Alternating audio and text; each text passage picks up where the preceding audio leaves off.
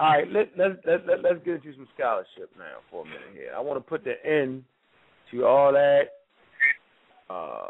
Asian thing. You know, we can beat it up, but this is going to be the checkmate piece. So everybody that loves to say Africa was populated by people outside of Africa, we're going to go ahead and checkmate that, right? For all those people who don't recognize that there were Africans in Europe during the times of those Paleolithic cave paintings, we're going to checkmate that too.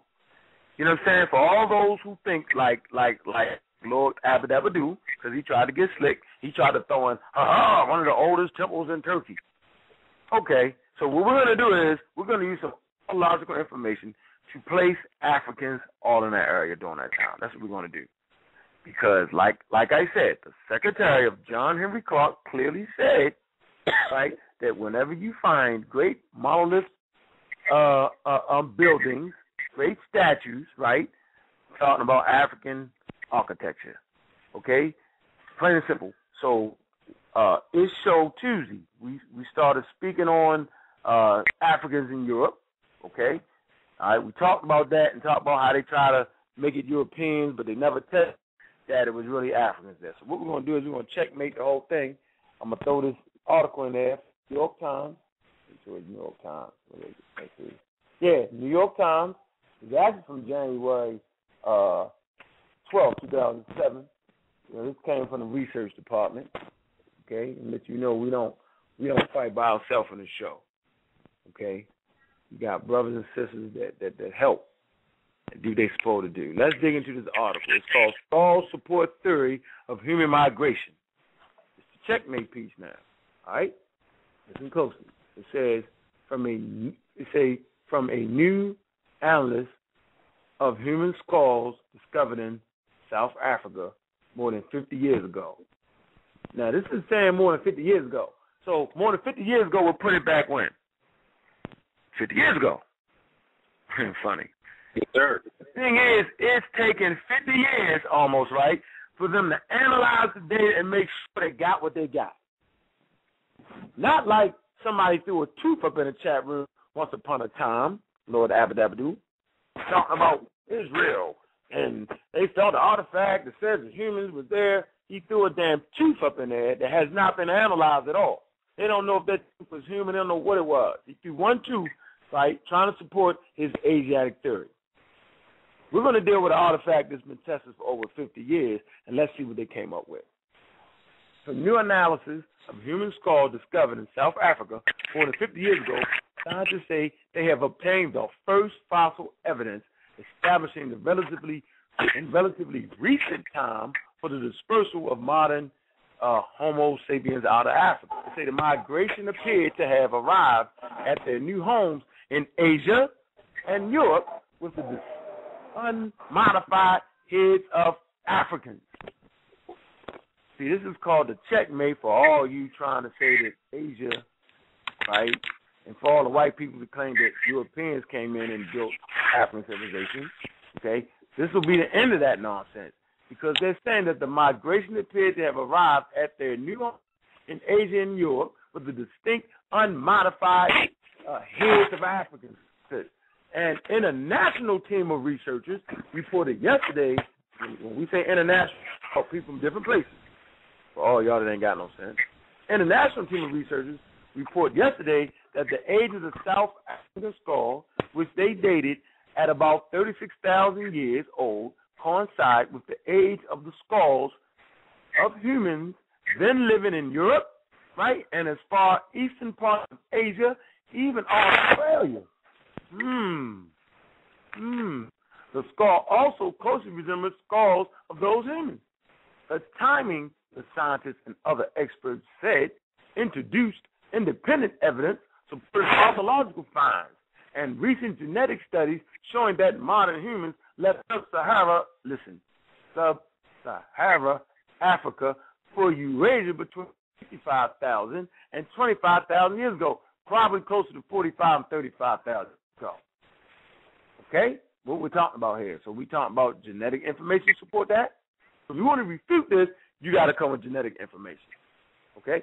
Archaeological information. If you want to refute this, you got to come with archaeological information. Keep going.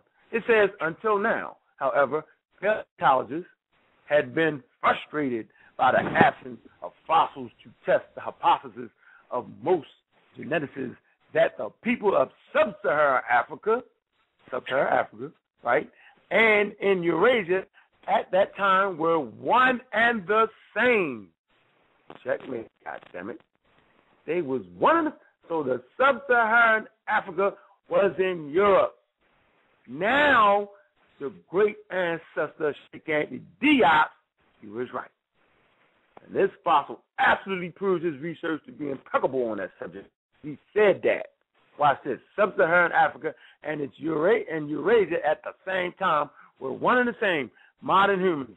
The human fossil record in Africa from 70,000 to 15,000 years ago had been virtually blank. Okay? Some scientists, on the other hand, have contended that the migration could have begun as early as 100,000 years ago, and that in the intervening time, contact with more archaic populations like the Neanderthals could have produced recognizable changes in what became modern humans of Eurasia. But no scientists in the migration debate have disputed that ancestors of the human species originated in Africa. Hold it. I'm going to read this real slow. For all those who want to play that bullshit move game, it says, but no scientists, okay, in the migration debate have disputed that ancestors of the human species originated in Africa. So that means if you're in a group and they're supporting that nonsense, some the people started in America or started somewhere else, y'all got to get together with y'all groups and change that bullshit because it's called foolishness. Okay? Let me continue because it gets the plot thickens. In a recent report in today's issue of Journal of Science, right, a research team led by Frederick E. Grimes of the State University of New York at Stony Brook concluded that the South African skull provided critical corroborating archaeological and genetic evidence indicating that humans in fully modern form originated in sub-Saharan Africa and migrated almost unchanged to populate Europe and Asia. Brian, right, and his colleagues said in an announcement by Stony Brook that the skull was the first fossil evidence in agreement with the Outer Africa theory, which predicts that humans like those that inhabited Eurasia, right, should be found in Africa around 36,000 years ago. I know the brother Sheikh Anthony Diop is like turning in his grave, the energy, so I'm reading with his energy. Ted Gobel, an anthropologist at Texas A&M. See, I'm giving you reportages now.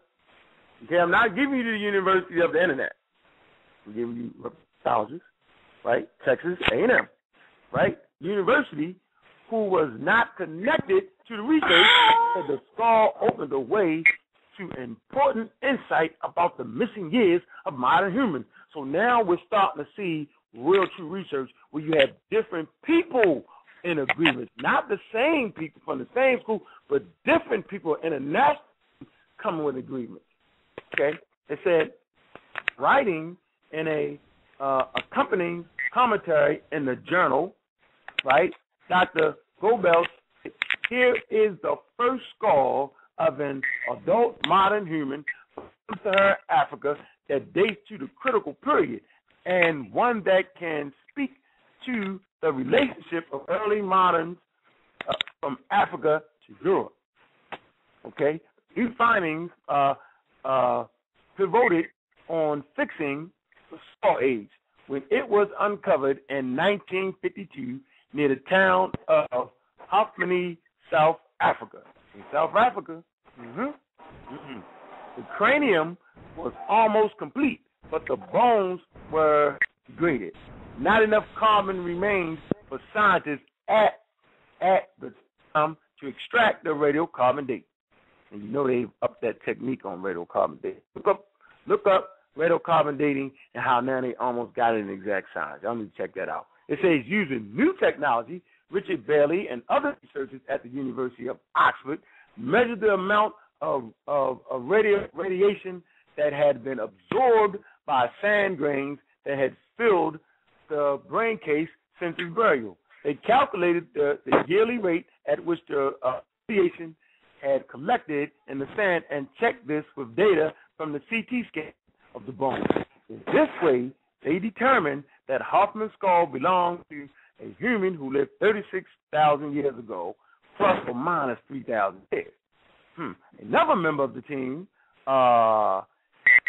Katrina Haverty of the Max Planck Institute for Evolutionary Anthropology in Leipzig, Germany, made a detailed examination of the shape, size, contours of all parts of the skull.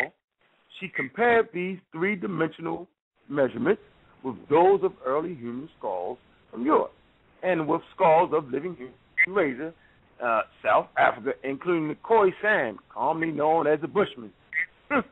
Wow, I think we was kind of talking about that last week, about those little people populating the earth and their traditions. I was trying to bring the point that they wasn't praying. We ain't going to get on that right now. Because the Bushmen, let me see, are well represented in more recent archaeological records, Dr. Humphrey said they were expected to bear a close resemblance to the Hoffman skull.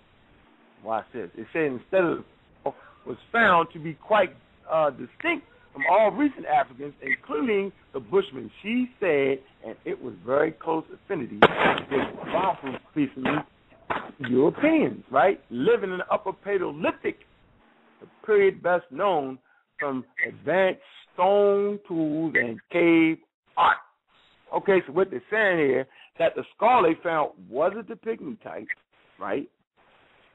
Okay, it was another type, a little taller Africa. If you read the book, Origin and Evolution of Premortal Man by Albert Churchwood, okay, get that book. I'm going to say it again. Origin and Evolution of Primitive Man by Albert Churchwood.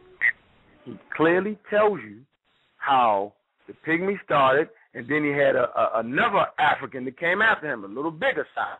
Well, this is the size that ended up migrating to Europe around 36,000 years ago. But the point I really want to make is that, let me read this again because it's very important to get this. It says, with fossil specimens of Europeans living in the Upper Paleolithic, the period best known for advanced stone tools, cave art. For a long, long time, they was trying to make it seem like that they weren't African people that was painting on the cave art. And I've looked at the cave art, and I haven't seen them women with them big butts.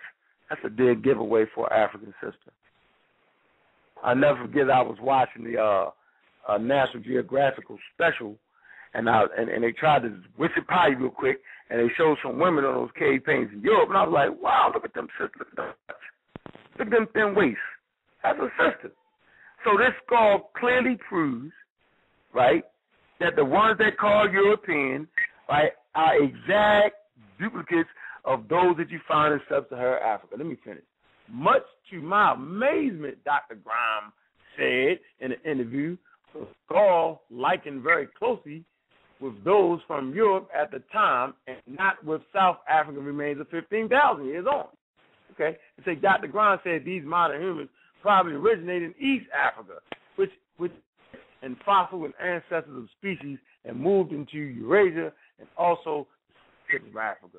It said it would be nice, he concluded, if we had more specimens. Another report in Science describes one of the earliest occupation sites of modern humans in Europe at Kostinki on the Don River. You know black people like to be on the river. 250 miles south of Moscow. Black people all the way up in Moscow, right? It's stone and bone, and the human figurines appear to have been made about 45,000 years ago. Perhaps the earliest, 45,000 years ago, perhaps earlier than human sites in the West. I mean, you know, I just wanted to read that Y'all can finish reading that. But it's a very detailed on how just a national team of researchers, kind of did different work on that. And we talking about all the way up in Russia. We talking about the Don River. You know what I'm saying? We talking about Pacific places where you find original African people. I mean, the evidence is there and it's clear. That would be a check for anybody trying to run that bullshit across us about that Asiatic nonsense.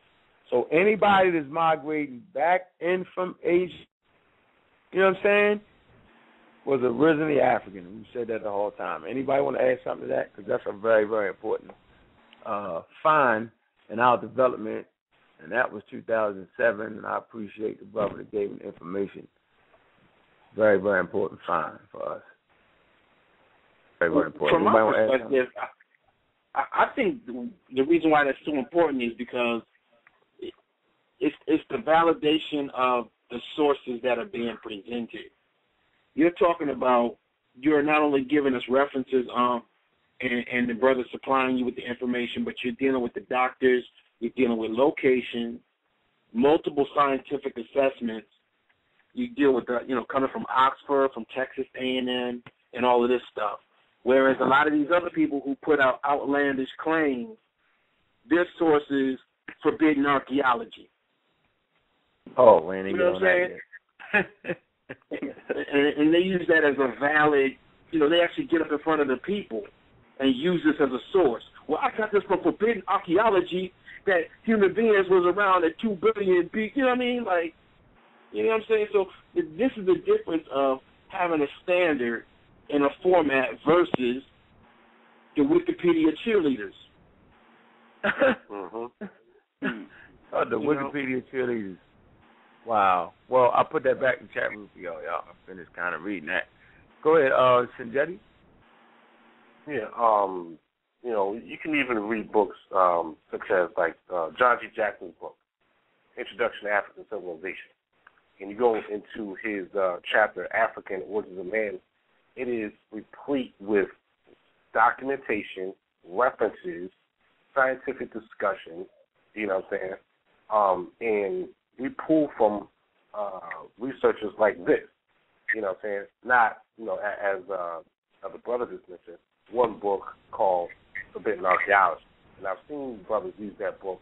I'm like, well, what are the names of the doctors? Where did they dig? Give me some places. Like, what kind of actual scientific documents do you have? You know what I'm saying? Whereas though you go to a book such as Introduction to African Civilization, he's citing multiple references, different sciences from different time periods confirming the same thing. You know what I'm saying? That human life starts in Africa. That's that. There's really not much of a debate. And those who support the out of Asia paradigm, those people are influenced by Eurocentric so-called polycentric theory. All right, who want to take the origins outside of Africa, okay, because they don't want to admit that their civilization starts there. Yep. Hello? Mm-hmm. Absolutely right, Brother Sanjetti. That's right. All right, let me add. The situation definitely, that is great information. To show, of course, that, the birth of civilization, of course, stays in Africa. Any person that, especially coming from, our communities, African Americans or, Africans,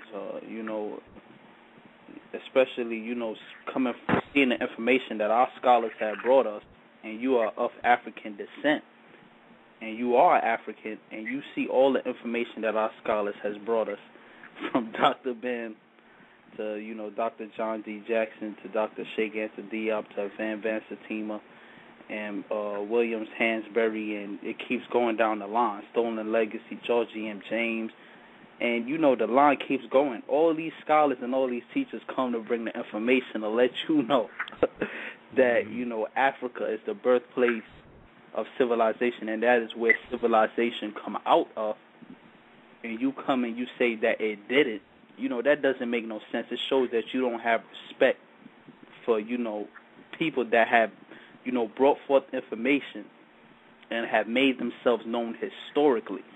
John Henry Clark and all these other greats, they have made themselves known historically, and we recognize them as great teachers. Now, these people, these great scholars, they come on the scene to protect Africa, to protect your identity, and to show you that you have done something and you have brought to the world civilization. You understand what I'm saying? You are the originator of science, mathematics, philosophy, religion, masonry, secret societies, and it keeps going down the line. And then from all this, what our scholars come to show us, you turn around and say, oh, no, we didn't come from Africa. We came from Arabia, or we came from, Israel or Canaan. You understand what I'm saying? We're Canaanites. Come on, man. You just look at what the scholars have taught. You have to understand when you are, especially brothers that are part of what we consider to be black conscious organizations, you just have to have the understanding of them. History is different from what, religious leaders teach. It's totally different, man. It's a different field. So when you try mixing that in and trying to throw it as history, you mess up. So, just stop it, man. You see what our teachers has brought up. The teachers, man, these African scholars, man, they are like elders in the village. So you sit beside them and you get the information. They are teachers. Teachers say things that are, some things are right, some things are wrong. But you take the best of the information and you apply it. But one thing you shouldn't disagree. What? Haru, let me add something. Let me just say this real quick. One thing you shouldn't disagree on, is that Africa is the birthplace of mankind, and from where mankind came out of and traveled all over the planet Earth and brought forth civilization and built, houses and whatever you want to say, science, everything, man. You shouldn't disagree on that, man. There's no need to. All right, we're going to go to the lines in a second. I like to deal with the dude in the chat room. Say there are skulls in Asia and Europe older than 36,000 years old, fam. So this isn't concrete proof. I'm going to put the article back in there again, okay? I'm going to let you read it for yourself because you're a fool. You're not paying attention. We know goddamn well that skulls in Europe older than 36,000 years. The article was detailing the fact that sub-Saharan African skull matched up with European skull at 36,000 years with the same goddamn date. Are you hearing the words come of my mouth? You're so quick to beat back Africa that you're not listening. That's right.